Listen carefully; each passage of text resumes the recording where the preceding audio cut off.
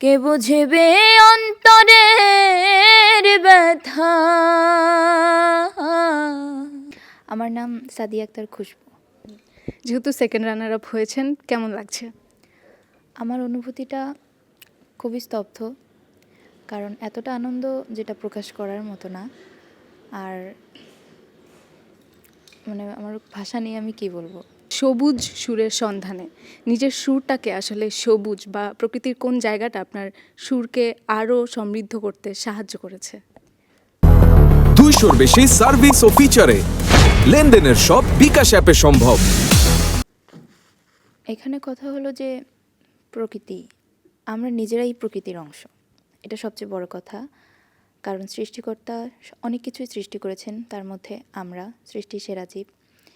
তো আমাদের মাধ্যমে যদি প্রকৃতিকে সংরক্ষণ করার মতো কিছু হয়, তো আমাকে যে সৃষ্টিকর্তা যে গুণটা দিয়েছেন সুর, আমি সুর দিয়ে আমার প্রকৃতিকে ধরে রাখতে চাই।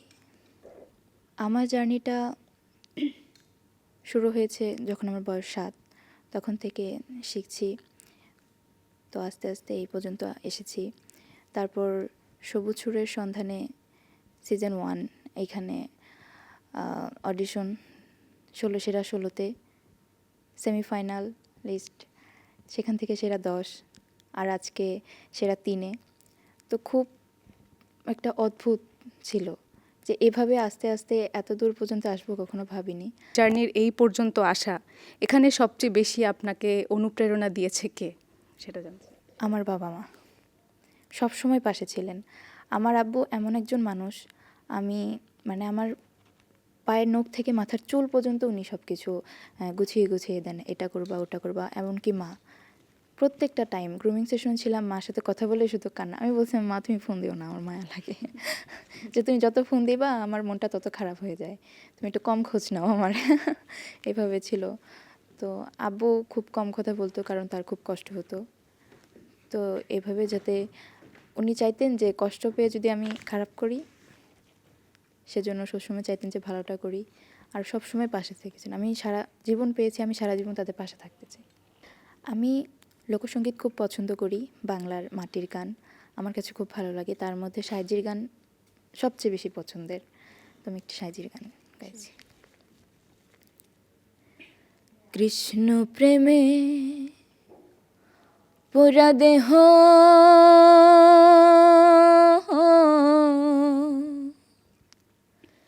কি দিয়ে জোড়াই বলো সখী, কি দিয়ে জোড়াই বলো সখী। কে বুঝবে অন্তরের ব্যথা, কে মোছাবে আখি, কি দিয়ে জোড়াই বলো সখী। বাহ, খুব সুন্দর হয়েছে। আপনাকে আগামী দিনের জন্য অনেক অনেক শুভকামনা। আপনাকে অনেক ধন্যবাদ। আর চ্যানেল আই অনলাইন প্ল্যাটফর্ম, তা আপনাদেরকেও অনেক অভিনন্দন, শুভেচ্ছা। আমাদের পাশে থাকবেন, আমাদের জন্য দোয়া রাখবেন।